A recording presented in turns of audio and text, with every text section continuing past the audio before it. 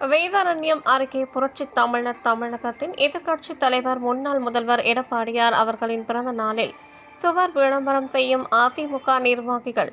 நாகப்பட்டினம் மாவட்டம் வேதாரண்யம் சட்டமன்ற தொகுதியில் அதிமுக நாகை மாவட்ட கழக செயலாளர் முன்னாள் அமைச்சர் வேதாரண்யம் சட்டமன்ற உறுப்பினர் OS மணியன் அவர்களின் வழிகாட்டுதலின்படி புரட்சித் தமிழர் தமிழகத்தின் எதிர்க்கட்சித் தலைவர் முன்னாள் முதல்வர் அவர்களின் வரும் 12ஆம் தேதி பிறந்த நாளை முன்னிட்டும் கழக நிர்வாகிகள் மிகுந்த உற்சாகத்துடன் சுவர் விளம்பரம் செய்து வருகின்றனர்.